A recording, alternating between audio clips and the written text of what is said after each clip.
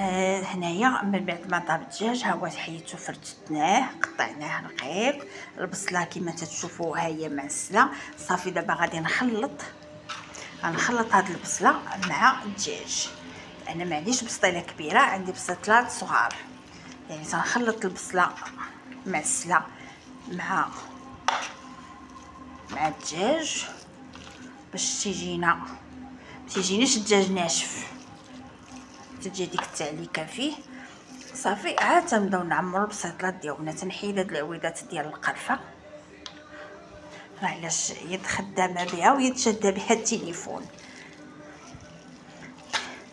صافي هنايا خاص الدجاج يشرب لينا هذيك التعليكه ديال البصله، خاص يجينا الدجاج معلك، خاص يجي الدجاج بحال هكا، ما يجيش ناشف بحال هكا. انا تنشوف بعض الاخوات يديروا الدجاج بحال هكا ناشف، لا، من الاحسن يتخلط مع البصله.